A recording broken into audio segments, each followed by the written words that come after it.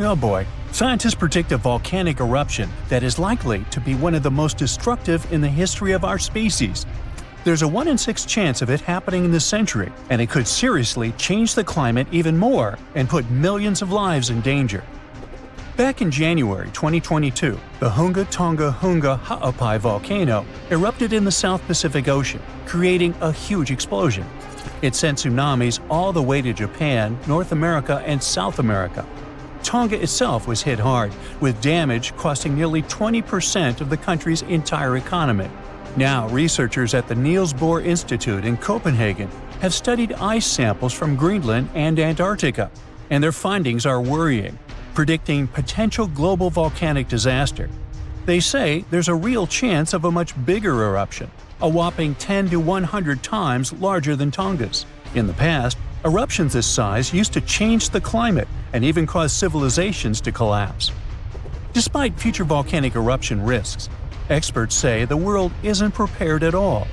Michael Cassidy, a volcanologist from the University of Birmingham, warns that no sufficient effort is made to handle a disaster like this.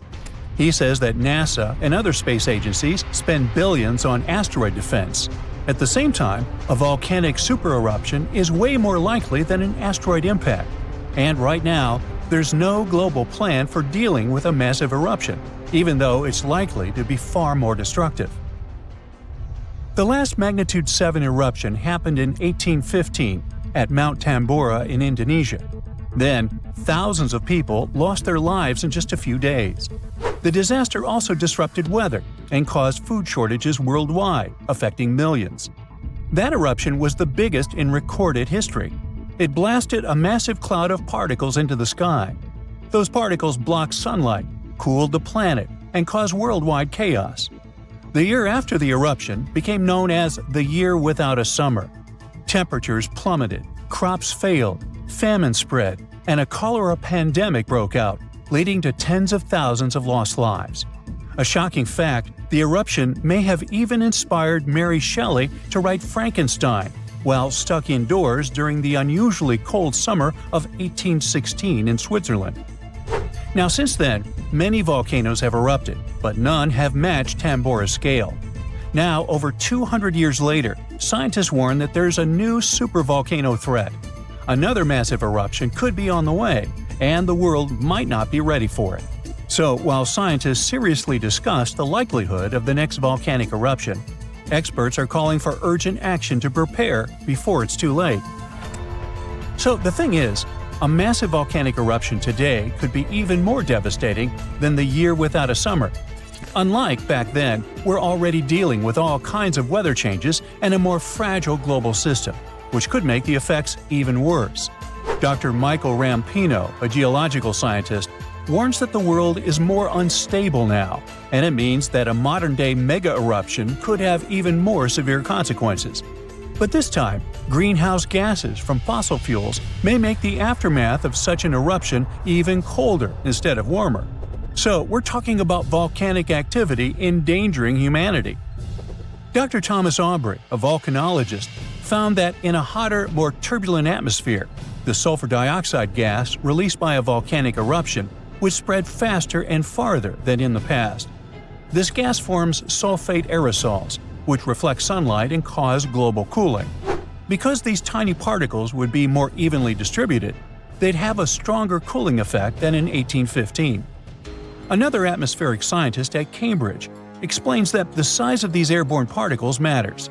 It affects how they absorb sunlight, and in a future warmer climate, an eruption could make the surface cooling stronger by 15%.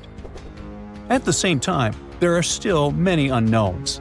Scientists from the University of Geneva say that we're only beginning to understand the full impacts of such an event. It's also difficult to precisely estimate future volcanic eruption risks, since we have very little data on older eruptions. So, to understand past volcanic activity, researchers analyze ice cores from Greenland and Antarctica, as well as ancient tree rings. Those act as historical records of weather changes. These measurements suggest that several eruptions in the past few thousand years temporarily cooled the planet by about 2 to 2.5 degrees Fahrenheit. One of the most catastrophic examples is the 1257 Somalis eruption in Indonesia, which was so powerful that it likely triggered the Little Ice Age. It was a period of global cooling that lasted for hundreds of years. More recently, the 1991 Mount Pinatubo eruption in the Philippines slightly cooled Earth for a few years. Because this eruption happened in the satellite era, scientists were able to measure exactly how much sulfur dioxide was released and how it affected the atmosphere. But even with modern tools like satellites and seismic instruments, scientists still have difficult times forecasting the next big volcanic eruption. Luckily, even though we can't predict the exact timing, we can study worst-case scenarios to help authorities prepare. This includes creating evacuation plans and stockpiling food in case of global crop failures caused by volcanic cooling. The changes in weather patterns might make volcanoes more active. Melting glaciers can reduce pressure on underground magma, which will increase the chances of an eruption. Plus, more extreme rainfall, which is becoming more and more common, can seep into volcanic cracks and cause powerful steam-driven explosions. It can affect both active and dormant volcanoes. Because of these risks, researchers are now mapping volcanoes that are the most vulnerable to climate change. Their studies show that the highest supervolcano threat comes from such areas as Iceland, Chile, and Indonesia. Those are places where glaciers are melting quickly or rainfall is increasing dramatically. A 2022 study found that 716 volcanoes worldwide, that's about 58% of all known active above-ground volcanoes, could be triggered by extreme rainfall, increasing the likelihood of another mini ice age. Now let's get back to that Hunga Tonga Hunga Ha'apai eruption that occurred on January 15, 2022. Scientists have confirmed that it created the highest plume ever recorded. The volcano, located underwater in the South Pacific, sent an ash cloud 187,000 feet high. That's higher than any previously recorded eruption. What makes this eruption even more remarkable is that it was the first to ever reach the mesosphere. It's the third layer of Earth's atmosphere. The mesosphere begins at about 160,000 feet above Earth, where meteors start burning up and creating shooting stars. To measure the plume's height, researchers from the University of Oxford and RAL Space used data from 3 geostationary weather satellites. Before this, the record for the highest volcanic plume was held by Mount Pinatubo's 1991 eruption in the Philippines, which reached 131,000 feet high. Interestingly, this kind of measurement was only possible thanks to modern satellite technology, and a decade ago, no one would have been able to do this. Another volcano we should mention in relation to a potential global volcanic disaster is located on Iceland's Reykjanes Peninsula. Its latest eruption happened in November of 2024, leading to evacuations in nearby areas. The eruption began just after 11 p.m. with little warning. The volcano released orange lava from a nearly 2-mile-long fissure. Authorities ordered evacuations for about 50 homes and guests staying at the Blue Lagoon Spa Resort, a popular tourist destination southwest of Reykjavik. While air travel was not affected, officials still warned of potentially dangerous gas emissions spreading across parts of the peninsula, including the nearby town of Grindavik. Grindavik, home to 3,800 residents, has repeatedly witnessed volcanic activity, and past eruptions even damaged its infrastructure and forced evacuations. For example, in August 2024, a 2.5-mile-long crack opened at the Sunthunkangigar crater near Grindavik. It led authorities declaring a state of emergency as lava flowed in multiple directions. Fortunately, Iceland's meteorological office reported that the latest eruption was significantly smaller than the one in August. Geophysics experts conducted aerial surveys and figured out that the situation appeared less intense than the previous eruptions. These days, Grindavik is not at risk, but the possibility of further developments cannot be ruled out. Scientists predict more volcanic eruptions. The ground suddenly starts shaking. Clouds of gas start forming in the sky, making it dark during broad daylight. Bits of the ground start swelling, lifting, and even collapsing. These are the telltale signs of a volcano that is bound to erupt. And this is what could easily happen again with Mount Spur. It's only about 75 miles from Anchorage, one of Alaska's busiest cities. More than half of the population of the northernmost state of the US live there. There's also a huge amount of air cargo that passes through its international airport daily. So anytime a volcano this close to such a vital hub begins to get restless, people start paying attention. Just FYI, approximately 350 million people in the world live within the danger range of an active volcano. That means that around 1 out of 20 people live in an area at risk of volcanic activity. Alaskans probably wish that Spur's reawakening was fiction, but it's actually true. The Alaska Volcano Observatory picked up on several of these "I'm about to erupt" signs from Mount Spur. So much so that they raised the alert level to yellow, which means unrest above normal background levels. Spur erupted twice in the 90s, and it was pretty intense. If we were ranking volcanic eruptions on a scale from 1 to 10, these eruptions would rank a 6 or 7. Not that terrible, but still worth 10 to 17 million in damages. However, these numbers are nothing compared to Alaska's 1988 Redoubt eruption, another volcano that erupted and summed up a staggering $345 million in damages. Mainly because its ashes hit aircraft engines, such as the KLM 747 that lost power after all its engines went off due to the ashes. If people weren't paying attention to Alaska's unstable geology before that, well, they surely started to after it. When you think of the hazards of volcanic activity, the first thing that might possibly pop in your mind is Pompeii, Italy. Of course, that's the worst-case scenario, a city being engulfed by lava. Spur may seem innocent compared to Vesuvius, but it still took its toll. The last time it erupted in the 90s, and it threw volcanic aerosols over 60,000 feet into the atmosphere. Let's get our science straight here. Think of volcanic aerosols like liquid particles that are released into the atmosphere during an eruption. These particles are usually created when gases from a volcano, such as sulfur dioxide, combine with water and other particles that exist in our atmosphere. These aerosols can actually cool the Earth's surface since they reflect sunlight directly back into space. And that's not the worst part. It can stay in the atmosphere for several years after an eruption, causing lots of health issues. The eruption unleashed blazing fast avalanches of hot gas and ash called pyroclastic flows, along with thick, muddy floods known as lahars. Oh, and there were also the massive volcanic boulders. These rock chunks were huge, some over 3 feet long, and they blasted out from the volcano like nature's cannonballs, landing more than 6 miles away. All that volcanic heat melted part of a nearby glacier, kicking off debris flows that dammed up the Chakachatna River and created a whole new lake along the valley. Some good came out of Spur's first eruption, though. The main lesson was, volcanic monitoring pays off. The local monitoring was able to reduce the economic damage done by the eruption, especially for a city that has an intense air traffic. Spur is deemed as dormant for the moment, but it could go off anytime soon.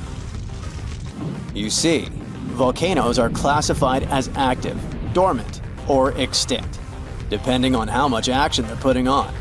If it's still active, it's still rumbling and erupting somewhat regularly. Dormant means it's had some recent activity, but it's still lying low for now. And extinct, that's when it's been quiet for such a long time that we figure it's done for good. One of the US's most dangerous active volcanoes is Mount St. Helens. This volcano is actually responsible for the most powerful eruption in US history.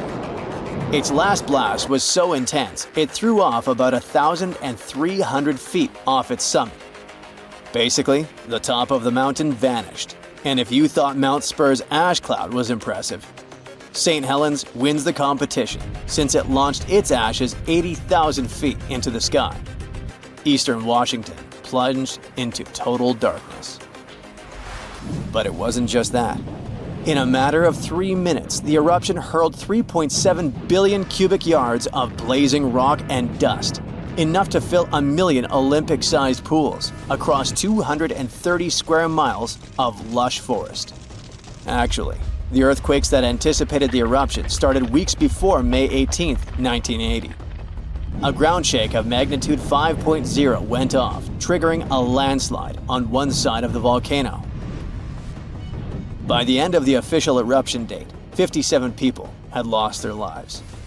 Nearly 7,000 big-game animals like deer and elk were wiped out, and millions of birds laid scattered on the burnt earth. Researchers don't think St. Helens will blow at the same magnitude again anytime soon, but they're keeping an eye on it, because this volcano is not exactly finished. By the way, the word volcano comes from the Roman name Vulcan, which was the Roman deity of fire, and they often happen at the meeting point of tectonic plates, which are the pieces of the Earth's surface that fit together like a jigsaw puzzle. The so-called Ring of Fire, located in the Pacific Ocean, is the world's danger zone when it comes to volcanoes.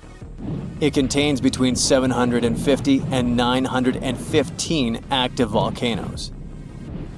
The largest volcano located in the Ring of Fire, also the largest active volcano in the world, is the Mauna Loa.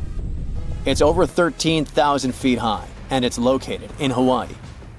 Researchers say that Mauna Loa has been erupting for at least 700,000 years. Its most recent eruption began on the 27th of November 2022, and it lasted until December 13th. It's been quiet since the 80s until it decided to wake up again.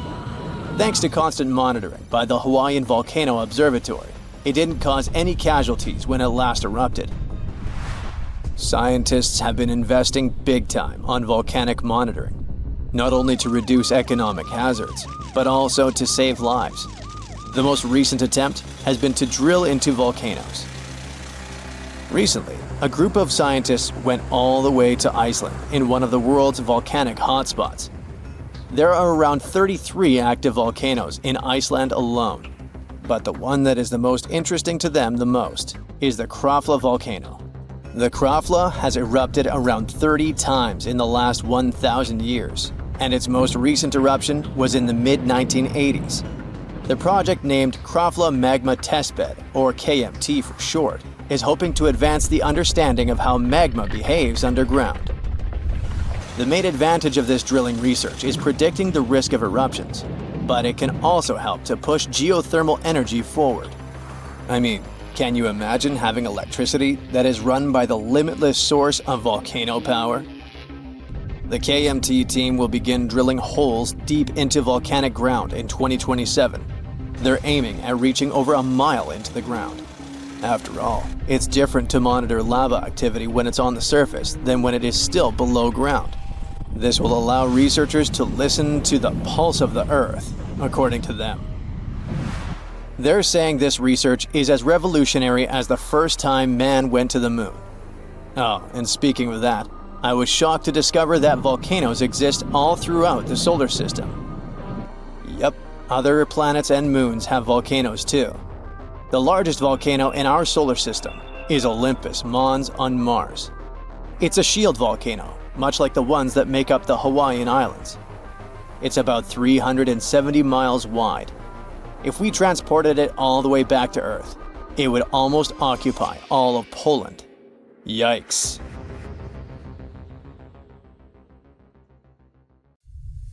These ominous rumbling sounds, the ground shaking under your feet. Wait a minute, that's my tummy. Or it might be Washington State's Mount Adams waking up. It's the largest volcano in the state by both area and volume, and it's recently started to show signs of life after staying silent for thousands of years. Scientists have noticed an alarming uptick in seismic activity around the mountain. And since the last eruption here happened between 3,800 and 7,600 years ago, humanity was still in the Stone Age at that time. This sudden chattiness has scientists, let's say, curious. The U.S. Geological Survey has hurriedly installed temporary seismic stations around Mount Adams to keep an eye on the situation. At the same time, they reassure the public there's no need to panic. Mount Adams doesn't reach the height of the better-known Mount Rainier, and still it covers a massive area, making it Washington's largest active volcano. Interestingly, records show that before September of this year, Mount Adams had experienced an average of just one small earthquake every 2 to 3 years since 1982. And then, the Cascades Volcano Observatory and the Pacific Northwest Seismic Network detected a staggering 6 earthquakes in just 1 month, September. These quakes were all rather tiny, with magnitudes ranging between 0.9 and 2 on the Richter scale. It means they were so weak you wouldn't feel them at the surface. Plus, satellite imagery confirmed there was no ground deformation in the area. Now, at the moment, the USGS keeps Mount Adams alert level at green or normal, so we shouldn't worry about the ground opening and swallowing towns and cities. But the most recent seismic blips have encouraged the agency to install additional equipment for more precise monitoring. Such an expanded network will help scientists notice even the smallest earthquakes, which will help them understand what's happening under Mount Adams. This extra equipment might also shed light on whether this recent activity is a signal of future eruptions or just a random anomaly. If Mount Adams eventually erupted, it would likely produce slow-moving lava flows rather than explosive eruptions like Mount St. Helens. After all, past eruptions have only led to lava flows that travel just a few miles from the volcano. So that's not what we'd need to worry about. A much more dangerous thing would be lahars. These are mud flows that can happen when volcanic ash, rock, and melted ice mix during eruptions. Lahars have occurred near Mount Adams without even eruptions. Rock, weakened by hydrothermal processes at the volcano's summit, suddenly broke loose, creating fast-moving, destructive mud flows. Exactly for this reason, the USGS categorizes Mount Adams as a high-threat volcano. While it doesn't erupt frequently, it still poses serious risks to nearby settlements. Another volcano we should carefully watch is Katla in Iceland. It's one of the country's most powerful and dangerous volcanoes. It last erupted over a century ago in 1918, but if it erupts again, it could be 10 times as powerful as another Icelandic volcano whose name I can't pronounce. See? That one erupted in 2010, completely disrupting air travel all over Europe. An eruption of Katla could release large amounts of sulfur dioxide, which could form sulfate aerosols in the atmosphere. Such aerosols reflect sunlight, which could even cause temporary global cooling. This phenomenon often followed catastrophic volcanic eruptions in the past. Although eruptions are common in Iceland, Katla's ash cloud would likely shoot higher into the sky and cover larger areas of Europe than that other one did. It would ground flights and negatively affect economies. If Katla erupted, it would also harm agriculture, water supplies, and air quality. In 2014, scientists noted that a large eruption could even cause a tsunami that might travel along Iceland's south coast and out to sea. But the potential impact of such a tsunami is still unclear. Katla tends to erupt on a regular schedule every 40 to 80 years, which means that another eruption is statistically very likely soon. That's why Katla remains under close scientific observation. The Canary Islands' Cumbre Vieja erupted recently in 2021, reminding people of its destructive potential. The lava flow from this eruption was devastating. It covered whole neighborhoods and flowed into the ocean, destroying more than 3,000 homes. Thousands of people had to be evacuated. But the craziest thing? Even though the damage was significant, scientists believe it could have been far worse. A massive eruption of Cumbre Vieja could have caused the volcano's entire western flank to collapse into the Atlantic Ocean, triggering a mega tsunami.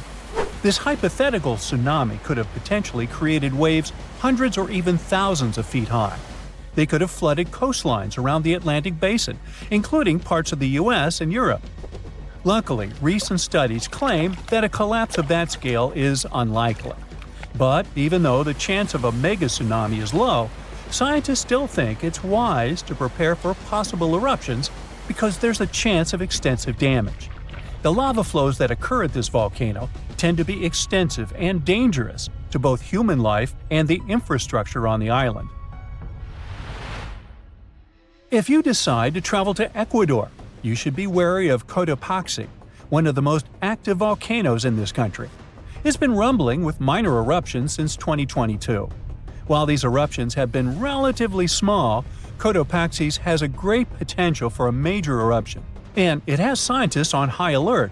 If Cotopaxi erupted on a large scale, it could produce a massive ash cloud over 12 miles high, threatening the lives of around 200,000 people in the neighboring area. A serious danger is Cotopaxi's snow-capped summit. It would melt super rapidly in a major eruption. It could lead to destructive floods and landslides that would flow down the mountain and potentially reach populated areas.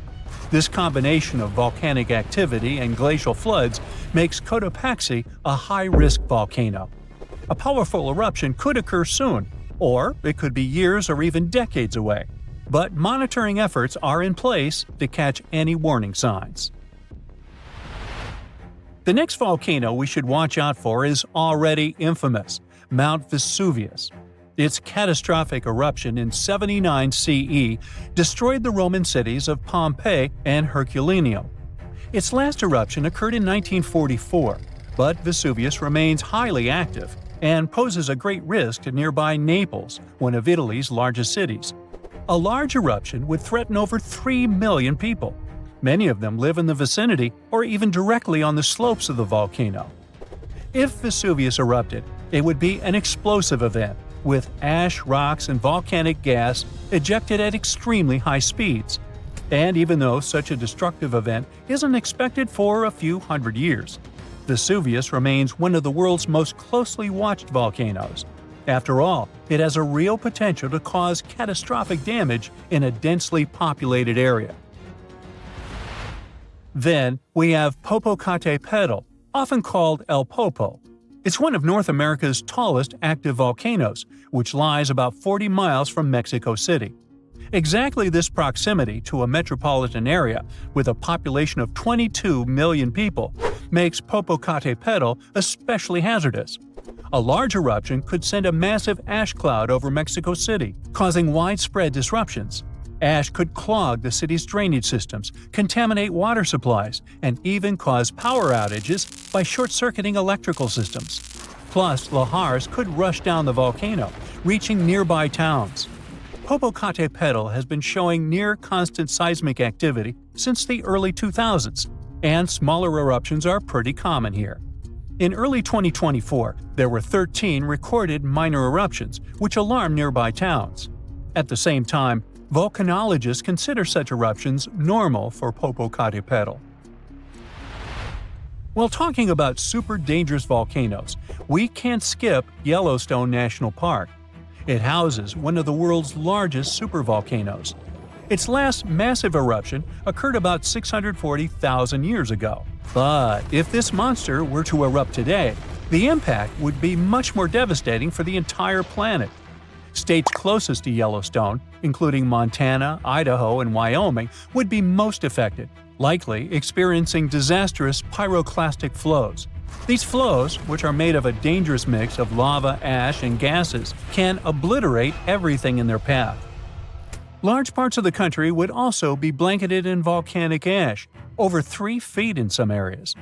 On a global scale, an eruption at Yellowstone would send tons of ash and gases into the stratosphere, potentially blocking sunlight and causing global temperatures to drop for a few years.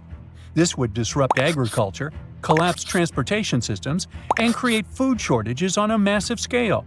Still, even though there's a popular myth that Yellowstone is overdue for an eruption, geologists clarify that this isn't true. Volcanoes don't follow precise timetables, and the activity at Yellowstone doesn't indicate an imminent eruption. So yeah, that's good news. Imagine standing in the middle of Europe 40,000 years ago. The landscape is rough, cold, and unforgiving. Fast food is scarce, and there's no internet. Suddenly, from out of the woods steps a figure, stocky, strong, and with a face that is quite unusual. This human looks similar to us, but something about them is different. Their brow is heavy, their nose is broad, and their body seems to be built to fight nature itself. Well, congrats! You've just met a Neanderthal. You might have thought that Neanderthals were basically ancient humans, but that's not really true.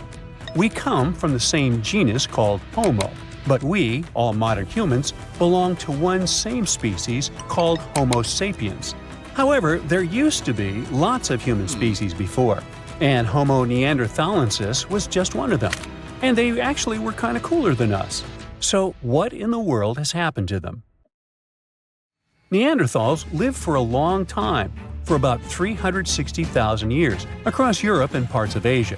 40,000 years ago, the place we now call southern Italy was sitting on top of a huge disaster, a massive supervolcano called Campi Flegrei. This big boy is huge, about 9 miles wide. That's about 10 to 20 minutes in a car to get across it all. But there were no cars then, remember? At the time, it was quiet for a while, but one day, suddenly, it blew in what became one of the biggest volcanic eruptions Europe had seen in 200,000 years. The catastrophe was so crazy that ash, gases, and debris altered the climate across the entire continent. What comes next is usually called a volcanic winter. Average temperatures drop, the sky gets darker, and life becomes even harsher than it already is.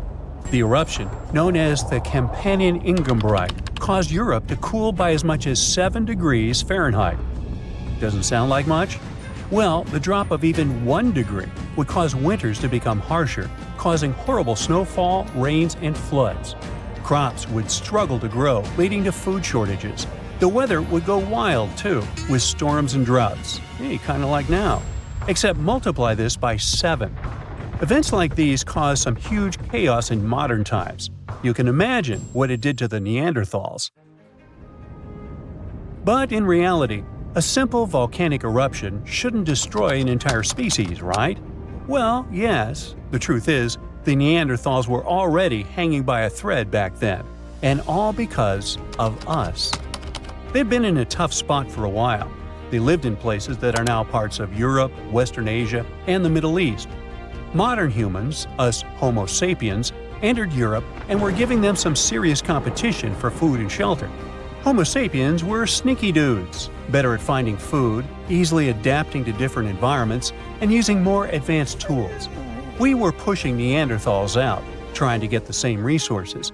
We literally made their extinction a slow and very unpleasant process. So, while the volcano definitely made things worse, it wasn't their only problem, and they didn't completely disappear after the eruption. Some of them hung on in isolated places, like Gibraltar, for another 12,000 years. That's because it's likely most of the severe cooling actually happened farther east, away from where the Neanderthals were trying to survive, and it didn't hit their homes as hard as we thought. In fact, the eruption may have even helped them, at least for a while. Some scientists say that the volcanic fallout might have slowed down modern humans' expansion into Neanderthal territory and gave the poor fellas a little more time to survive. So, the Campi Flegrei eruption was a nasty event, but it only delayed the inevitable. Campi Flegrei is a wild card. It's also known as the Fields of Fire. The air itself there is thick with legend. The Greeks and Romans believed this volcano was the gateway to the underworld. Even an ancient Roman poet, Virgil, mentioned this in his famous story, the Aeneid. The hero Aeneas must descend into the underworld, and this place is exactly where he starts. Back in the day, this landscape was full of Roman villas, spas, and fish ponds. The elite had the time of their lives there. What they didn't know, though, was that they were standing on treacherous ground that could go crazy at any moment. The Campi Flegrei is not your typical volcano. You'd imagine a single towering peak, but the landscape looks deceivingly calm, with small features popping up here and there. But if you flew above it, the sight would be insane. A gigantic circular basin, peppered with volcanic cones and craters, like scars from the Earth's violent past. The danger here lies in its subtlety. The ground beneath your feet is constantly shifting, even when you don't notice it. Every so often, the land rises, only to sink again, sometimes by several feet, as magma or gas moves beneath the surface. It's incredibly creepy. The risk is almost invisible. The Campi Flegrei is a massive depression formed by 2 colossal volcanic eruptions. One of them was the one that cooked Neanderthals, and another happened 15,000 years ago. The most famous eruption, though, happened in the 16th century, and it was horrifying. The year was 1538. For years, the people of Paswali had noticed something unsettling. Land that once sat below the waves was slowly rising. What was once the sea had become new ground. Rumblings from deep within the earth were terrifying, but had become a normal part of life. Earthquakes started in the early 1530s, small at first, but in just 8 years, they became the norm. Until one day, on September 28th, horrifying tremors shook the ground. By the next evening, as the sun dipped below the horizon, a massive crack ripped open the earth near the ancient Roman town of Tripergoli. From this gash spewed fire, smoke, and a rain of volcanic ash miles away. It was thick and muddy, likely mixed with underground water. The ground trembled as hot pumice rock was thrown high into the air. And then a new mountain began to rise from the land. This was the birth of what we now call Monte Nuovo. Eventually, things seemed to calm down, as if the earth was catching its breath. For days, things seemed quiet. Locals relaxed a bit. They began to approach the new mysterious volcano, a crater with something that resembled boiling within it. People visited it like a new attraction. But then, just days later, the disaster struck again. At night, without warning, a new mountain went wild. A blast from the southern flank hurled scoria, chunks of jagged volcanic rock, into the air. This one was fatal for 24 people. The debris found afterwards was huge and coarse. For centuries after, the only signs of life from the Monte Nuovo were small fumaroles, jets of gas seeping from the earth. But then, even those faded away. Now it's just a lush green cone, a pretty sleeping giant. But the ground near Naples, Italy, is still alive. The Campi Flegrei sits quietly for now, but it might not be for long. It's showing signs it might be waking up again. This supervolcano looks like a hellish landscape, with its boiling mud pits, geysers, and steam vents. Romans and medieval Christians once believed it was a gateway to the underworld, and who can blame them? What's spooky is that recently scientists detected unusual activity under the surface. In 2012, Italian authorities raised the alert level on the volcano from green to yellow, meaning that it needs close monitoring. There are certain changes that usually happen before an eruption. The magma below starts releasing gases, which could weaken the rock above, eventually triggering a disaster. Unfortunately, no one can predict exactly when or if it will erupt. But if it does, the consequences could range from a minor inconvenience for locals to a global catastrophe. Its last tiny eruption happened in the 16th century, and it wasn't too bad. But if history repeats itself, like it was with Neanderthals, we're all cooked. An eruption like that could lead to global cooling, crop failures, and widespread famine. Right now, a group of scientists is trying to get a clearer picture of what's happening beneath the surface. The Campi Flegrei Deep Drilling Project is working to drill a 10,000-foot borehole, hoping to check out the magma chamber up close. But at least for now, the supervolcano remains quiet, and let's hope it stays that way. Our planet's biggest and meanest supervolcanoes are waking up. When they erupt, you'll surely notice it, even if you live thousands of miles away from the epicenter. Scientists are worried we might not have enough time to prepare and deal with the consequences of a super eruption. There's some volcanic activity close to the Italian city of Naples. And no, it has nothing to do with the famous Mount Vesuvius, but with another volcano. This one is harder to see as it doesn't have a tall peak like Vesuvius. But don't let this bad guy trick you. It could be way more dangerous than its giant neighbor. It does have a huge crater that's about 8 miles wide. This volcano is called Campi Flegrei, and it's actually one of the largest volcanoes in Europe, sitting under the town of Paswali. So, Campi Flegrei erupted 39,000 years ago with a bang so massive it spread ash across the whole Mediterranean region. It also caused the temperature to drop by over 16 degrees Fahrenheit across Eastern Europe. It was the biggest volcanic eruption in Europe in 200,000 years. Since then, Campi Flegrei has had smaller eruptions, and the last one happened in 1538. Now the area is full of small craters, hot springs, and bubbling pools, and they're all proof that this volcano is still very much alive and brewing something. Since the early 2000s, the ground in the giant crater and the town nearby have been slowly rising by about 1 to 1.5 inches every year. There were at least 150 earthquakes that shook this supervolcano lately. In May 2024, there was a 4.4 magnitude in the area, the biggest in the last 40 years. Residents had to leave their homes and camp outside, fearing there would be more earthquakes. No one knows how Campi Flegrei is going to behave in the following months or years, but the authorities are organizing evacuation exercises to prepare the population just in case. The Italian volcano looks like an innocent kitten compared to the real giants like Yellowstone. For a volcano to deserve the title of a super one, it must be able to produce catastrophic-scale eruptions and eject huge amounts of magma, ash, and volcanic gases. The Yellowstone giant meets these criteria. Even though it moves from time to time, the Yellowstone supervolcano hasn't erupted for 640,000 years.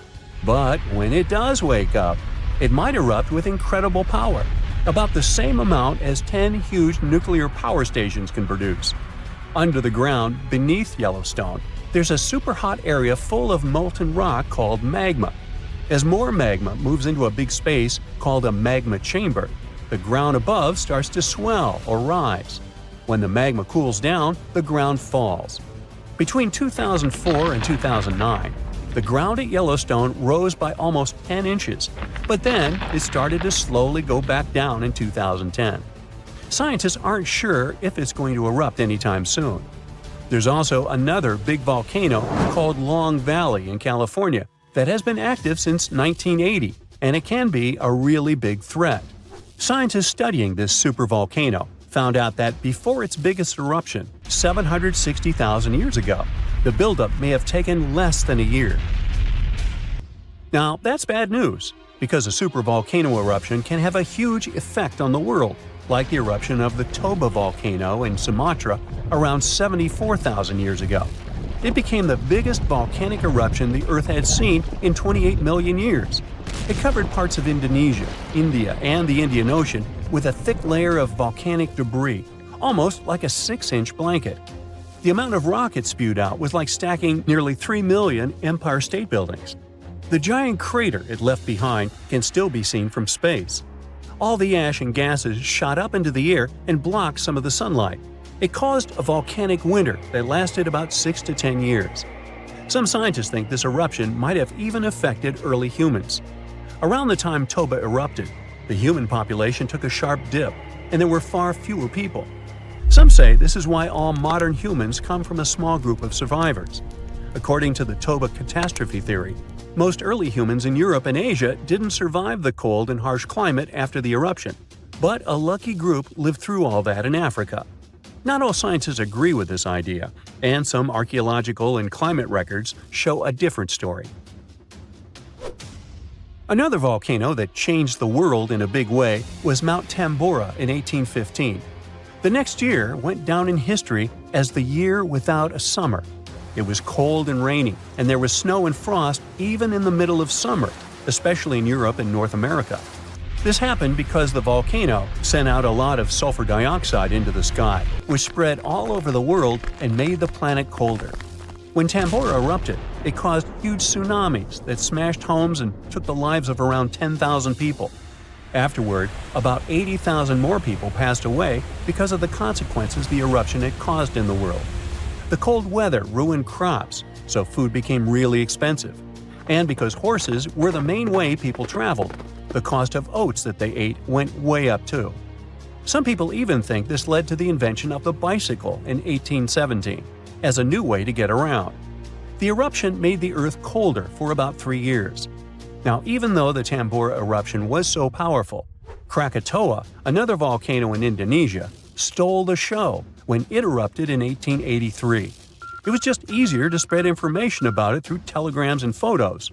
Its final blast was the loudest recorded sound in history, and people could hear it on 10% of the entire Earth's surface. The eruption started a tsunami, with waves about half as tall as the Statue of Liberty. Now, if we only had 12 months to prepare for a supervolcano eruption, it would be really hard to store enough food and get ready. But don't panic just yet. Supervolcano eruptions are very rare, and the last one happened 26,500 years ago in New Zealand. Scientists think that a super eruption happens once every 100,000 years on average. But the sad part here is that the Earth doesn't follow a perfect timeline. There could be clusters of super eruptions with shorter gaps between them and then longer quiet periods. Since there have already been 2 super eruptions in the last 100,000 years, there's always a chance one could happen again sooner than we expect. Plus, although there are places like Yellowstone and Long Valley where we expect volcanoes to erupt, there are less obvious possible hotspots. In Chile, there's a volcano called Laguna del Maule that has erupted in the past and left behind a huge crater. Over the last 20 years, the ground there has been swelling really fast, rising up to almost 1 foot a year. Some people are worried that this could be a sign of a big eruption coming. But scientists say there's not enough magma yet to cause a super eruption. In Bolivia, the Juturancu volcano is also acting up. It's part of a group of volcanoes that have caused super eruptions in the past. Since the 1960s, the ground around Juturancu has been lifting, but the last eruption was 250,000 years ago. Even though the magma might be rising, it's not enough to worry about just yet. The chances of a super eruption happening during our lifetime are 1 in 1,400, which is pretty low, so you don't need to worry too much. But just like someone wins the lottery every week with very small chances, a super eruption could happen sometime in the future, and when it does, we'll need to be prepared. Phew, you can finally send that last report for the day and breathe out. The weekend is around the corner. But just when you're about to hit send, you're alarmed by the low rumbling under your desk. Is it the light rail passing by? Unfortunately, that's not the case. It's a volcano speaking. What, here? In Arizona? That's right, the ground keeps shifting under Arizona, reminding us that Earth is alive. No panic though. Let's arm ourselves with some context. 20 American states have extinct, active, and dormant, currently sleeping, volcanoes.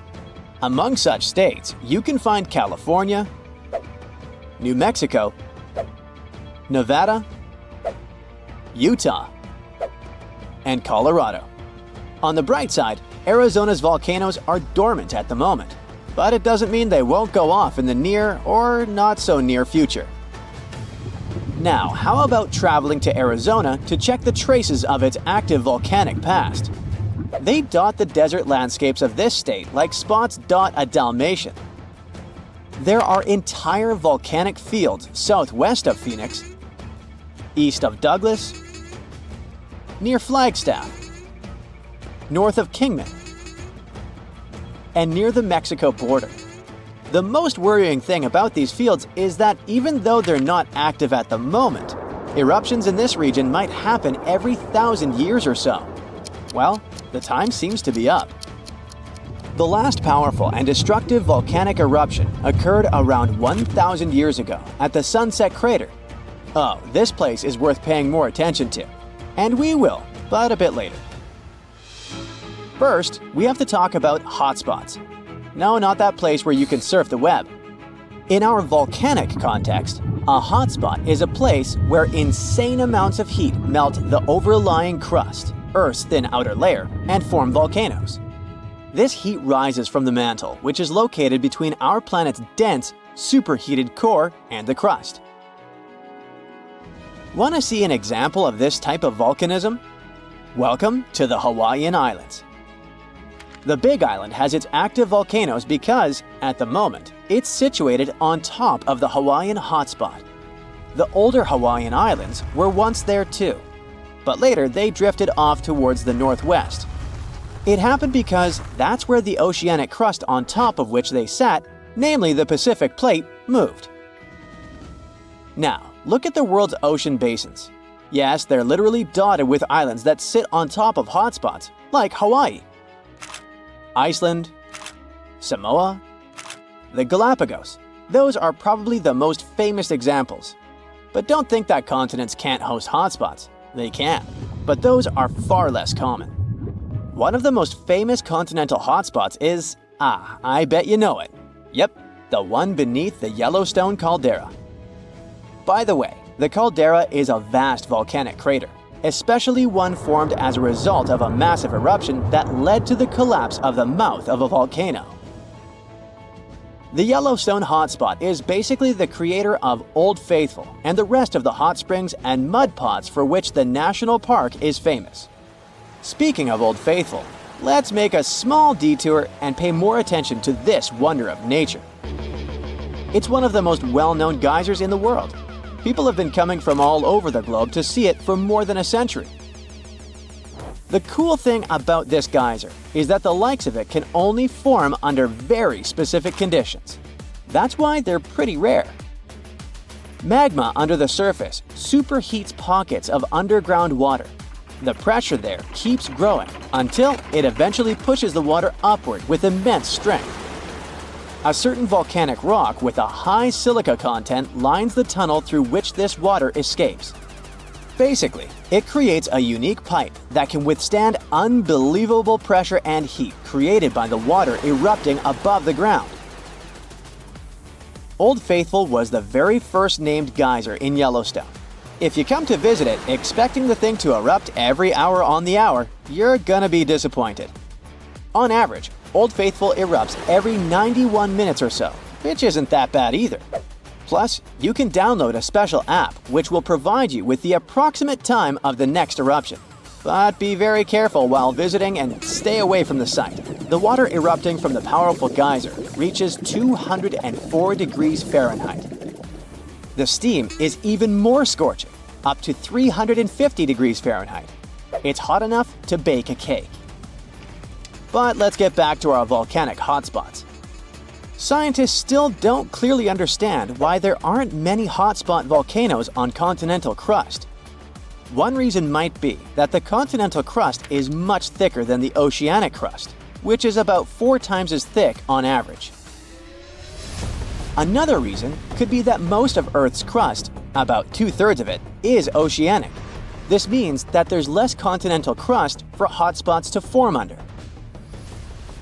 Now, I bet those of you living in Arizona will appreciate the following info. We'll talk about a volcanic field right in the heart of this state, the San Francisco Volcanic Field. That's a massive area filled with over 600 volcanoes. Yes, they're mostly small, but it doesn't make them any less impressive. They're scattered across 1,800 square miles in northern Arizona, a giant territory. Interestingly, scientists are still debating about whether this volcanic field is actually sitting on top of a hotspot. But one thing they agree upon, the volcanoes in this area get younger as you move east. And this pattern matches up with the North American plate moving west over what could be a stationary hotspot beneath the surface of our planet. Cool, huh? The volcanic hullabaloo in that area started around 6 million years ago. So, in geological terms, it's relatively young. As for the most recent eruption, it happened less than 1,000 years ago. The Sunset Crater, which I mentioned before, the one near Flagstaff, is the most famous vent from that eruption. The Sinagua people had to leave their homes at Wupatki Pueblo because of the eruption. That site is now part of the Wupatki National Monument. There, you can see how people lived in this volcanic region many years ago. If you go to explore this area, you'll notice that most of the volcanoes there are basalt cinder cones, small and steep. The Colorado Plateau has quite dry weather conditions. That's why the volcanoes haven't worn down much. Some of the best examples of those cones, like this one, called the SP crater, still look like they appeared yesterday. But look around. It's not just cinder cones. The San Francisco Volcanic Field also has a stratovolcano, as well as some lava domes that formed from volcanic rocks with more silica than basalt you can find in places like Hawaii. It means they're thicker and don't flow as easily. Anyway, The stratovolcano is going to be one of the most epic sights you'll come across while exploring this volcanic field. Well, not the stratovolcano itself, but the San Francisco peaks, the remains of that giant formation. They stand tall at more than 12,600 feet. That's 4.5 Burj Khalifas placed on top of one another. It makes the peaks some of the biggest landmarks in northern Arizona. They're not only stunning, but also sacred to the Native American people who have lived in the area for many generations. Now, unlike those super active volcanoes in Hawaii, the San Francisco volcanic field takes its time, thousands of years between eruptions. But you shouldn't relax just yet. Geologists say another eruption is likely to happen one day. It will probably occur in the remote eastern part of the field, away from big towns. Phew! And if that next eruption is anything like the one that formed Sunset Crater, it would be quite the show. Lava fountains and rivers of lava flowing. At the same time, the next eruption might not happen for centuries, maybe even millennia. Until then, the San Francisco volcanic field will remain a hidden gem of volcanic history, waiting for its next fiery performance.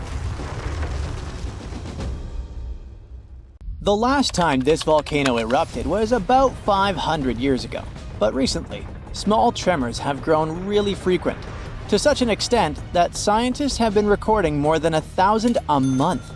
I'm talking about the Campi Flegrei supervolcano in Italy. At one point, just a few weeks ago, the area was rattled by a 4.4 magnitude earthquake with 150 tremors in just one night. It was the strongest earthquake in over 40 years. A lot of locals spent the night in their cars, but in the morning, the shakes were followed by another earthquake, a bit weaker with a magnitude of 3.6. So, is Italy in danger? Well, the quake itself wasn't big enough to cause serious damage, but it evoked a lot of panic. At the moment, local authorities are working on grandiose emergency plans. If worse comes to worse, they'll have to evacuate hundreds of thousands of people. One of the reasons is the proximity of this area to Naples with more than 3 million inhabitants. At the moment, they're even considering an option of paying people to leave their homes. Right now, schools remain closed in the Campi Flegrei area. The authorities are allocating more than 500 million euros to ensure the safety of buildings and constructions in the area. A yellow alert is still in place in the region where 80,000 people live. There's the so-called red zone, which is the most dangerous area. There are 1,250 houses in this red zone, and all of them will be at high seismic risk if an eruption begins. Plus, more than twice as many will be at medium risk. Italy is a country prone to seismic activity, and Pozzuoli is a densely populated area that is located on one of the most dangerous supervolcanoes in Europe. Campi Flegrei has 24 hidden underground craters and dwarfs the better-known Vesuvius. Yes, the very volcano that wiped the ancient Roman city of Pompeii off the face of the earth in 79 CE. This city thrived near the base of Mount Vesuvius at the Bay of Naples. In the time of the early Roman Empire, 20,000 people lived in Pompeii. They were merchants, manufacturers, farmers, and others. The soil in the region was rich and fertile, so there were lots of orchards and vineyards. Strangely, no one knew that this black earth was the legacy of an earlier eruption of Mount Vesuvius. The area was a favorite summer destination for rich Romans. Sadly, at noon on August 24, 79 CE, all this prosperity came to an end. The peak of Mount Vesuvius exploded, sending a 10-mile-high mushroom cloud of ash and pumice into the stratosphere. For the next 12 hours, the eruption was wreaking havoc on the city. Volcanic ash and a hail of pumice stones, some of which were 3 inches in diameter, showered Pompeii. It forced the city's occupants to flee in terror. Around 2,000 people holed up in stone structures and cellars, paralyzed by fear. They hoped to wait out the eruption. Who knows? Maybe if they had decided to leave the city immediately after the beginning of the eruption, they would have had some chances to survive. A westerly wind protected the city from the first stages of the eruption. But soon, a giant cloud of hot ash and gas rushed down the western slope of Vesuvius. It engulfed the city, burning everything in its way. This disastrous cloud was followed by a flood of volcanic mud and rock, which completely buried the city.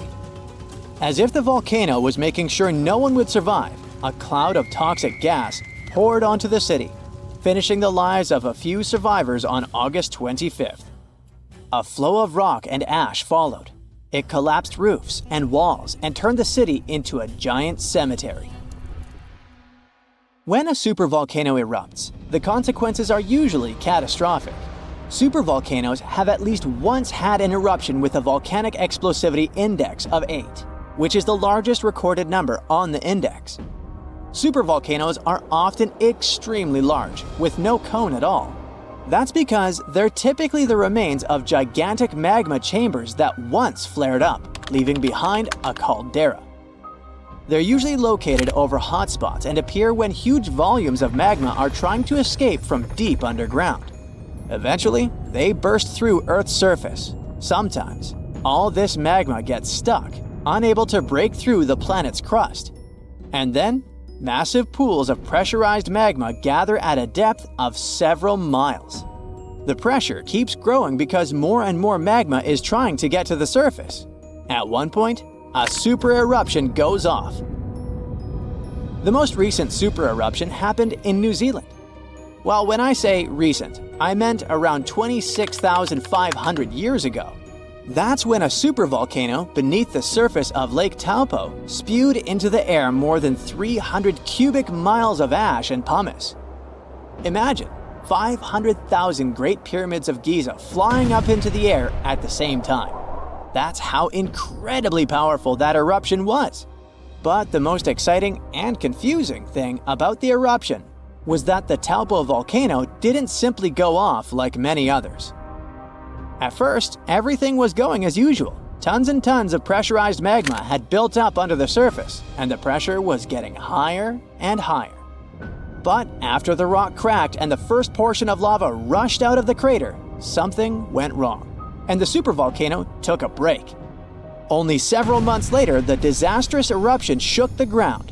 Thousands of tons of lava, rocks, and ash flew high into the atmosphere. The unusual pattern of Taupo still confuses scientists. The Indonesian eruption at Toba caldera 75,000 years ago was the largest eruption in the last 2 million years. Experts estimate that the eruption could have released hundreds of thousands of tons of sulfuric acid, which might have even caused a several-degree cooling of the planet's surface. But nowadays, the impact is hard to detect because of glaciers that covered the ground afterward. There are also several so-called supervolcanoes that haven't lived up to this name yet because they've never produced any super eruptions. For example, in 1883, Indonesian volcano Krakatoa went off. The power of the eruption tore the volcano's walls open, and cold seawater rushed into its molten insides. The difference in temperatures made the volcano blow up with a deafening boom. It was clearly heard 3,000 miles away in Australia. It earned the blast the title of the loudest sound in history. But even though the consequences of this event were truly catastrophic, it still turned out not powerful enough to be called a super eruption. It only had a volcanic explosivity index of 6. Then, there's also Mauna Loa. It's a shield volcano, which means it won't produce explosive eruptions, but its sheer size makes this monster of a volcano extremely dangerous. At the moment, the volcano seems to be at peace with its surroundings. Research equipment doesn't show any signs of activity on Mauna Loa, but if Mauna Loa did suddenly erupt, lava flows could reach the ocean and the most populated and touristy places like Captain Cook very fast, in a matter of hours. The last time the volcano erupted, lava got as far as the outskirts of Hilo on the other side of the island. That's where the University of Hawaii is located. Luckily, people had a few weeks' warning to get ready for the disaster. Over its recorded history, Mauna Loa has been erupting pretty regularly, almost every 6 years. On the bright side, big island volcanoes including Mauna Loa aren't really very volatile. That's because they're shield volcanoes. These volcanoes got such a name because they aren't really very high and resemble a warrior's shield placed flat on the ground. Shield volcanoes are formed by very fluid lava. It travels way farther and forms much thinner flows than the lava erupted from a stratovolcano, which is conically shaped and tall, like the infamous Krakatoa in Indonesia. So, if Mauna Loa erupts, there probably won't be ash clouds or tons of debris. The most dangerous thing will be lava. Since Mauna Loa is a shield volcano, its lava is extremely fluid and voluminous, which allows it to flow far and fast.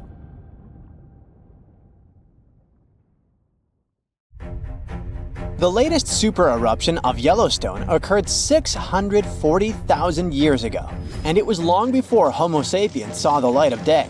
But we were around during another, no less devastating natural disaster. This super eruption took place on the island of Sumatra around 74,000 years ago. That's when an erupting supervolcano wreaked havoc on huge territories, sending up plumes of debris and ash that spread for thousands of miles and caused temperatures on the planet to plummet. The effects of this super eruption were visible as far away as southern Africa. Experts believe they could have impacted early humans there. By the time the volcano erupted, our ancestors had already been using stone tools and had likely known how to produce yarn. And some specialists even think that the Toba super eruption was so powerful it could push our ancestors to the brink of extinction. They claim that Toba might be the largest volcanic eruption to occur on Earth within the last 2 million years. The eruption disgorged so much pyroclastic rock it would be enough to cover the entire United States to the depth of a one-story house. About a third of that deposit piled up on northern Sumatra, while a lot more ended up beneath the floor of the Indian Ocean. The super eruption left an elliptical crater lake around 60 miles long. The caldera is so large it's hard to feel that you're indeed in a volcano. Pumice deposits from the eruption remain in the canyon walls and go deep below the ground. There aren't many arguments about the amount of pumice and ash involved in this disaster. At the same time, experts aren't sure how much sulfur ended up in the atmosphere. Even some sulfur layers in the polar ice could be potential candidates. But so far, scientists haven't found any connection between them and Toba. But let's get back to the dramatic impact the super eruption had on early humans. It turns out some not only survived but even thrived after this natural catastrophe, at least judging by the artifacts they made during and after the eruption. The disaster might not have posed a serious threat to those of our ancestors who took refuge along the coast. Genetic evidence hints that modern humans descend from a few thousand people that ventured out of Africa around 60,000 years ago. Why just a few thousand? According to some experts, the rest of our ancestors could have been devastated by the Toba eruption. After all, the supervolcano spewed out 1,000 cubic miles of dust and rock in a flash, leaving a scar in the ground that was dozens of miles wide. All that dust and sulfur Toba sent into the atmosphere potentially cooled the surface of our planet, which led to the appearance of glaciers and the lowering of Earth's sea levels. And since Toba might have had an important role in shaping humankind, scientists have been working hard trying to understand precisely how early humans reacted to this disaster. In 2011, several researchers found an enigmatic soil sample in South Africa's Pinnacle Point, an archaeological site overlooking the Indian Ocean. This sample contained some volcanic ash. After examining the layer, they found more than 400,000 artifacts left by early humans. Those ranged from heat-treated stone tools to signs of fire and animal bones. Based on this finding, the team suggested that early humans on the South African coast thrived after the eruption, living in that area for thousands of years and improving their tools. The region might have served as a refuge during and after the Toba eruption. A 2009 study suggested that the eruption could have lowered global temperatures by 14 degrees Fahrenheit. It would have made survival tough elsewhere in Africa. If there had been a volcanic winter, it wouldn't have been as cold along the coastline. On the other hand, newer studies claim that Toba spewed out so much sulfur into the atmosphere that the resulting aerosols could have stuck together, which would have limited their cooling effect in the long term. In other words, right after the eruption, temperatures would have plummeted, but only in some regions.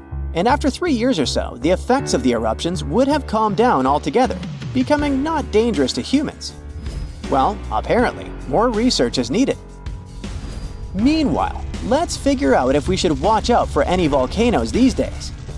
Last year, thousands of small earthquakes shook the ground near Iceland's Svartsengi geothermal power plant.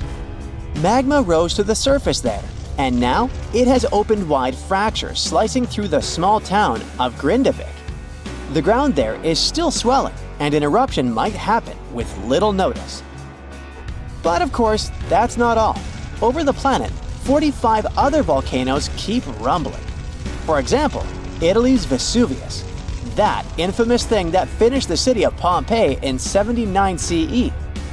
Over the last 17,000 years, the volcano has experienced 8 explosive eruptions, followed by powerful pyroclastic flows, dense masses of super hot ash, lava fragments, and gases flowing at high speeds. The volcano's last eruption happened in 1944. Mount Rainier is one of the most dangerous volcanoes in the USA. Its high elevation, chemical composition, and proximity to Washington's Seattle and Tacoma suburbs, and the volcano's ability to produce massive pyroclastic flows make Mount Rainier a threat to consider. The heat from this volcano could potentially melt the ice and snow covering it, leading to rapid downstream flows of debris, mud, and rocks. The Novorupta volcano in Alaska's Katmai National Park and Reserve formed in a 1912 eruption, which was the world's largest in the 20th century. The volcano sent almost 7 cubic miles of ash and debris into the air. It also produced such a powerful ash flow that it created the Valley of 10,000 Smokes. Mount Pinatubo is located in a populated region in the Philippines. It became notorious after a 1991 massive eruption, which was the second largest eruption of the 20th century. More than 700 people lost their lives during that natural disaster. Today, more than 21 million people live within 62 miles of Pinatubo. Mount Agun, a continuously erupting volcano in Indonesia, had its last major eruption in 1963. It was one of the most tragic eruptions in the country's history. It lasted for 11 months, producing ashfall and pyroclastic flows that led to the loss of more than 1,000 lives and serious property damage. People saw ash plumes above the volcano throughout 2018, following the eruption in November 2017. Japan's Mount Fuji hasn't erupted since 1707. That year, a massive earthquake likely set it off. In 2014, experts warned that Fuji could be at risk of another eruption following the 9-magnitude earthquake that shook Japan in 2011. Experts believed the earthquake had raised pressure below Fuji. The eruption in 1707 sent so much ash and debris into the air that all this mass even reached Tokyo. Should Fuji erupt again, it would affect more than 25 million people in the surrounding areas.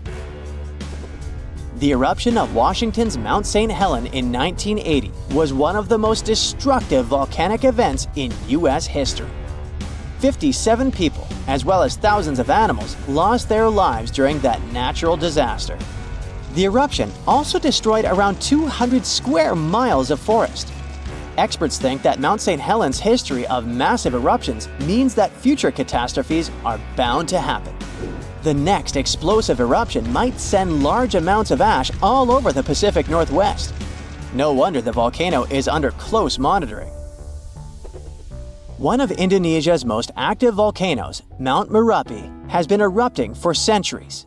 NASA claims that the biggest risk of this volcano is pyroclastic flows. which can spread over vast areas and harm loads of people. For the last time, Merapi erupted in January 2024, sending plumes of smoke into the air. These days, more than 24 million people live in the area surrounding this volcano. The largest volcanic region on Earth is not in Africa or Japan, but under the ice of Antarctica. Scientists found 138 volcanoes in its western part, and if they decide to go wild, you'll surely notice it. They could melt huge amounts of ice that will move into the ocean, raise its level, and make our planet uninhabitable for humans. But before you pack your things to fly away to another planet, hear me out. Only 2 of the Antarctic volcanoes are officially classified as active now. And it would take a whole series of eruptions, decade after decade, to seriously impact the whole world. Mount Erebus, one of the 2 Antarctic volcanoes currently in action, proudly bears the title of the world's southernmost active one. It has been continuously erupting since at least 1972. It emits plumes of gas and steam and sometimes even spews out rocks, and scientists call it Strombolian eruptions. One of the coolest features is a lava lake in one of its summit craters, with molten material on the surface. Such lakes are rather rare because they need certain conditions to make sure the surface never freezes over. The second active volcano is Deception Island, a horseshoe-shaped landmass. It is the caldera of an active volcano that last erupted over 50 years ago. Scientists who monitor it say it shouldn't go wild anytime soon. Antarctica also has plenty of fumaroles. Those are volcanic vents that release gases and vapors into the air. In the right conditions, they can spew out enough stuff to build fumarolic ice towers up to 10 feet tall. Scientists keep an eye on the Antarctic volcanoes with seismometers that detect when the Earth starts trembling from volcanic activity. Sometimes they also use more complicated tech, but it's all really challenging because of how far away this polar region is and how tricky it is to get there. That's why no one can predict when one of the continent's volcanoes that are now sleeping might erupt. We can guess what this waking up would look like if we analyze the events from nearly 20,000 years ago. So, shall we? One of Antarctica's sleeping volcanoes, Mount Takahe, had a series of eruptions and spewed out a good amount of halogens rich in ozone back then. Some scientists say these events warmed up the southern hemisphere. Glaciers started to melt and help finish the last ice age. For these events to repeat, we'd need a series of eruptions with substances rich in halogens from one or more volcanoes that are now above the ice. It's an unlikely scenario, but since it already happened in the past, it's not completely impossible. As for volcanoes hiding under a thick layer of ice, it looks like their gases would hardly make it to the atmosphere, but they would be strong enough to melt huge caverns in the base of the ice and produce a serious amount of meltwater. The West Antarctic ice sheet is wet and not frozen to its bed, so this meltwater would work as a lubricant and set the overlying ice into motion soon. The volume of water that even a large volcano would generate in this way is nothing compared to the volume of ice beneath it. So, a single eruption wouldn't make a difference. But several volcanoes erupting close to or beneath any of the western Antarctica's big ice streams would. Those ice streams are rivers of ice that take most of the frozen water in Antarctica into the ocean. If they change their speed and bring unusual amounts of water into the ocean, its level will rise. As the ice would get thinner and thinner, there would be more and more new eruptions. Scientists call it a runaway effect. Something like that happened in Iceland. The number of volcanic eruptions went up when glaciers started to recede at the end of the last ice age. So, it looks like, for massive changes, several powerful volcanoes above the ice with gases full of halogens need to get active within a few decades of each other and stay strong over many tens to hundreds of years. Antarctica stores around 80% of all the fresh water in the world, and if they melted all of it, global sea levels would rise by almost 200 feet. And then we'd have to look for a new planet to live on. But this again is an unlikely scenario. It's more likely that the eruptions under the ice will lubricate ice streams and seep water into the ocean, but it wouldn't be the end of the world. A super strong, super angry supervolcano could do it though, and it has already happened in the past. Over 200 million years ago, the world went through a major makeover with not one, not two, but 4 massive volcanic eruptions in huge pulses. The supervolcano called Camp had been erupting over and over for 600,000 years. It all happened in Wrangell, a large chunk of land that used to be a supermassive volcano stretching across what's now British Columbia and Alaska. And it wasn't the lava or the volcanic ash that ruined the environment. The eruption made carbon levels skyrocket. The planet would never be the same again. This volcanic activity might have helped dinosaurs grow from cat-sized critters into giants we saw in Jurassic Park. It kicked off a 2 million-year rainy season. It made the whole world hot and humid, and the dinos just loved it. Researchers dug deep into sediment layers beneath an ancient lake in Asia to uncover these secrets. They found traces of volcanic ash and mercury, clear signs of those epic eruptions. There were carbon signatures showing huge spikes in carbon dioxide levels. It made the atmosphere toasty, and the rain poured down. So the bad news is, another eruption like this could happen. The supervolcano beneath Yellowstone National Park has been sleeping for nearly 70,000 years. But if it wakes up, it would be many times more catastrophic than the eruption of Mount St. Helens in 1980. It's considered the most disastrous volcanic eruption in U.S. history. It followed 2 months of earthquakes and injection of magma below the volcano that weakened and destroyed the entire north face of the mountain. The eruption column went 80,000 feet into the atmosphere and spread ash over 11 U.S. states and several Canadian provinces. The last Yellowstone eruption was 1,000 times greater than that. The ground above Yellowstone sits on a hot spot made of molten and semi-molten rock called magma. This magma stuff flows into a chamber beneath the park, about 4 to 6 miles down, making the ground puff up like a balloon. But then, as it cools down, the ground goes back to its usual state. Volcano watchers have been keeping an eye on this for a century. They noticed the ground lift up about 10 inches around 20 years ago, but since 2010, it's been going back down. The experts say we have no big eruptions on the horizon, so doomsday isn't coming anytime soon. But there's some underground activity going on lately which keeps us interested. Since humans haven't been around to witness every little thing Yellowstone does, it's kind of tough to say for sure what's brewing down there. Yellowstone has had some epic eruptions within the last couple million years. They happen like clockwork, with gaps of 600,000 to 800,000 years between them.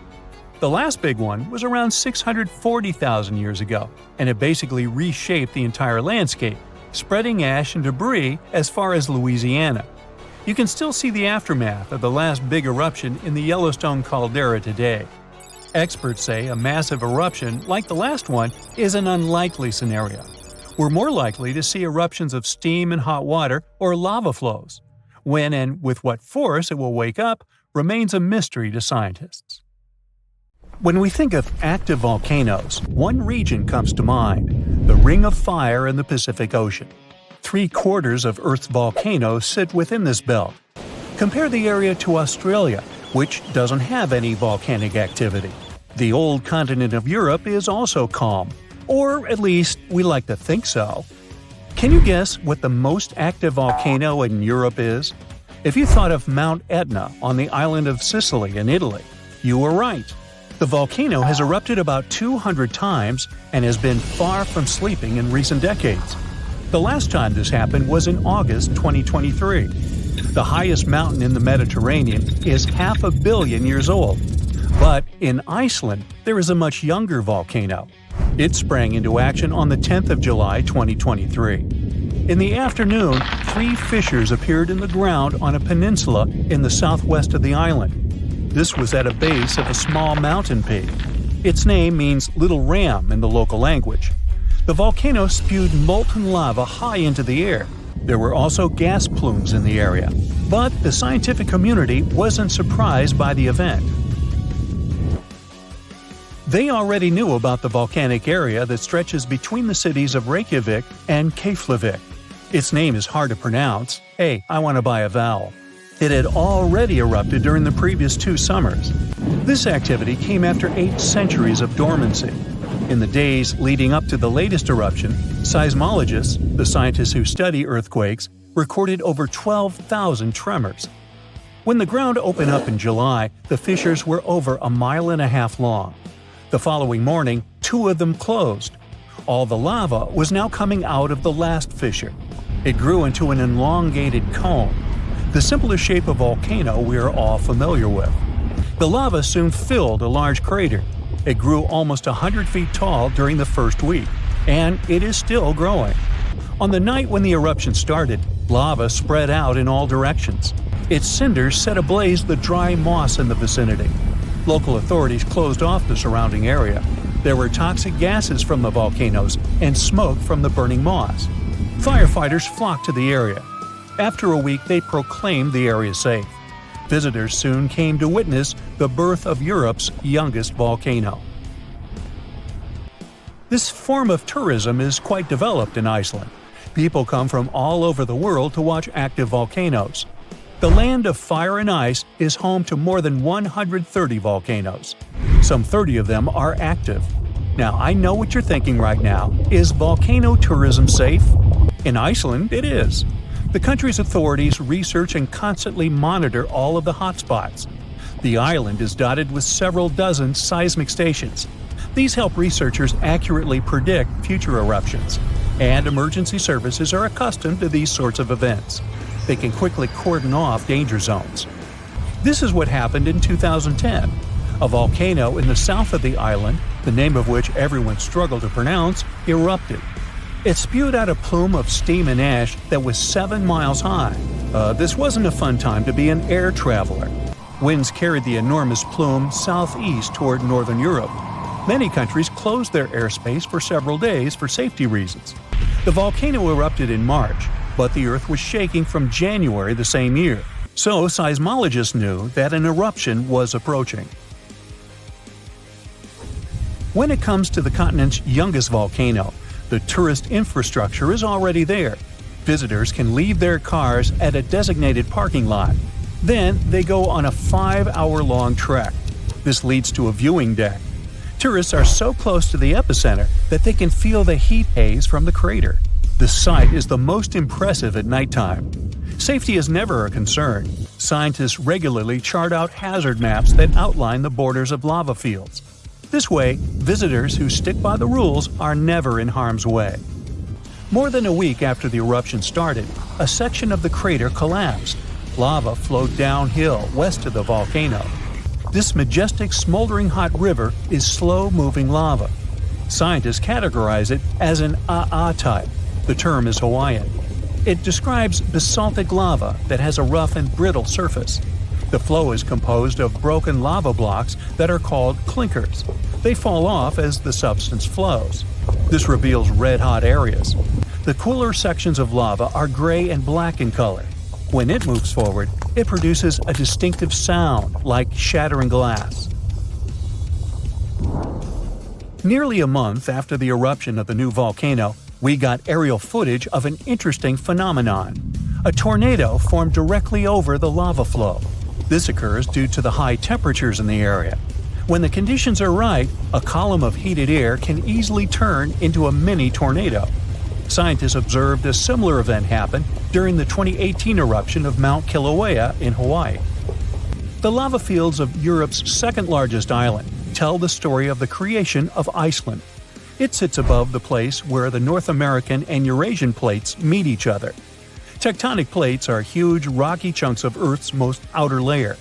There are roughly 20 of them. They rest on a partially molten layer of rock. All the lava we see on the surface starts its journey here. You could say that these plates float on molten rock. Their boundaries are unstable, so when two plates grind past each other, they release tremendous amounts of energy. The formation of volcanoes is one result. These are places where the molten rock travels upward to the surface. Iceland began to form some 60 million years ago.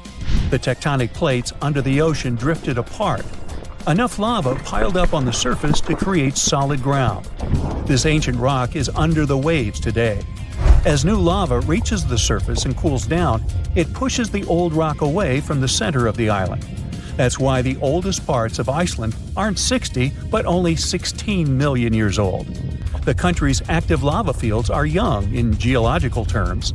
Some of them are under 1,000 years old. Scientists consider the island a hot spot for volcanoes, pun intended. Nearly a third of the basaltic lava that reaches the Earth's surface in recorded history came from Icelandic eruptions. Fissure swarms, like the ones before the 2023 eruption, cover 30% of the Nordic country. For this reason, only a quarter of the island is inhabited. Norse Vikings were the first people to settle in Iceland at the beginning of the 10th century. Nature threw them a loud welcoming party. Just a few years after their arrival, they witnessed one of the greatest volcanic eruptions in history. Vikings came from a region without volcanoes, so they had no clue as to what was going on. Today, Icelanders are used to such events. This is good because their homeland is entering a new era of volcanic activity. Volcanologists suspect that recent events are an introduction to decades of more frequent eruptions. The peninsula that is home to Earth's youngest volcano is just 17 miles southwest of Iceland's capital city. It's been dormant for a long time. Present-day eruptions there are a reminder that the natural processes that created Iceland are still ongoing. Recently, scientists discovered that there's a historical link between volcanic eruptions in the north of Europe and glaciers. Our planet went through at least 5 major ice ages. These were exceptionally lengthy periods when the average temperature on Earth dropped. The result was the expansion of ice sheets across northern Europe and North America. The last ice age ended some 10,000 years ago. Researchers are still trying to fully understand how these glacial periods affected volcanic activity. They suspect that the sheer weight of all that ice disrupts the flow of magma underground. When glaciers retreat, the pressure is lifted. This makes it easier for lava to flow upward to the surface where it bursts.